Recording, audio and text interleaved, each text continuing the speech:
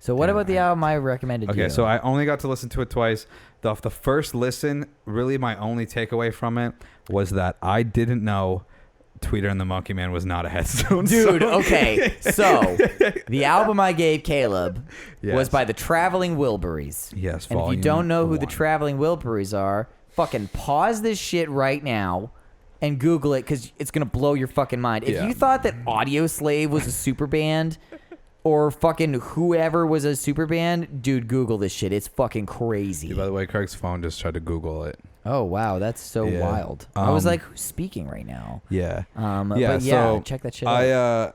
So, dude, I went 23 years thinking that the Headstones, which is just a fucking boring radio rock band. I fucking hate the Headstones much. Here's the thing. The only good song the Headstones have that I've ever heard is Tweeter and the Monkey Man. It's not even their song. That's like the shittiest song on that album.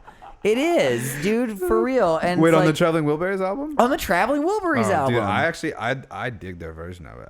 It's way better. I think it's cool. But there's no bad songs on the Traveling Wilburys album. But when I listened to it the second time today, I was like, oh, some more stuff is grabbing me, so I gotta listen to it more. Yeah. But I didn't hate it. I thought it was cool. But that's the thing with like, I feel like sometimes I'm not a good music fan because sometimes like older music, like, you know, like Tom Petty or that shit, I'm like, I fucking get it, but like it's just not I know, for real. And that's why I sent it to you, because I was like, you know what, it might be too like fucking like Americana almost, because it's so, for those that didn't fucking Google it, fuck you guys. But it's Tom Petty, George Harrison, Bob Dylan, Jeff Lynne from ELO, which sucks that you have to say from ELO, you know, he's literally the only one, and Roy Orbison, right, which is incredible. But they all write songs for this group, and they all sing, and they all play guitar, and it's amazing.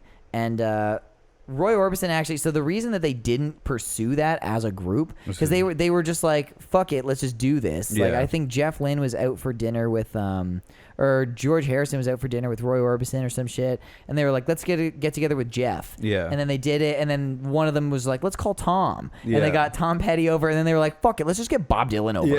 And like, they just all showed up, and they just started writing songs, and they wrote an album, and it was amazing. And my dad tells me this story, and I don't think that it holds any fucking weight. Like, you could Google it if you want, Julia, but apparently the Traveling Wilburys just like booked a gig at some random bar, and we're like, hey, we're the Traveling Wilburys, we're gonna show up, and they didn't say who any of them were, and they all have like Wilbury names, right? And they just showed up at some random bar, and it's fucking George Harrison, Tom Petty, Bob Dylan, Roy Orbison, and Jeff Lynne just show up at a bar and start playing incredible songs. But so but the only reason they didn't pursue it was because Roy Orbison fucking died like a minute after they put the album out.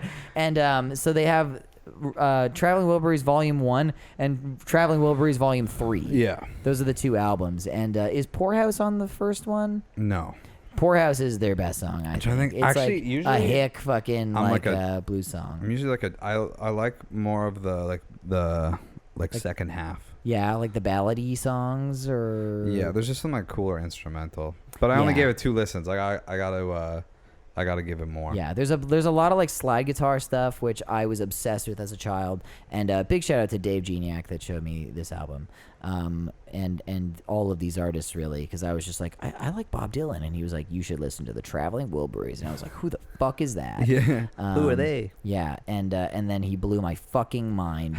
But congratulations, amazing song. That's like, all the Bob Dylan songs are really good, which Tweeter and the Monkey Man is. Yes. But yeah, the Traveling Wilburys, fuck. So